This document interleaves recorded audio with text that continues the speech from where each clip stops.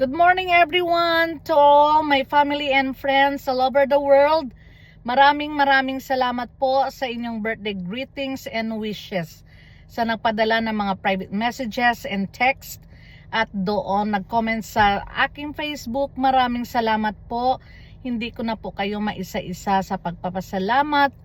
Thank you so much. Highly appreciated po sa inyong mga greetings. I thank God for all the blessings for the years, 50 years na guys.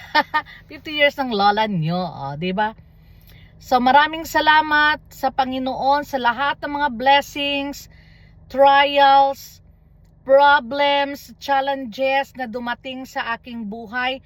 And of course, I wanna thank my late parents, Pakito and Anghiling, sa pagdala sa akin sa mundong ito. Kaya maraming salamat po. May God continually to bless me and give me always a good health. Yan lang po ang inaas natin sa Lord. Nabigyan tayo ng good health lagi and to continue our mission here on earth. God bless you.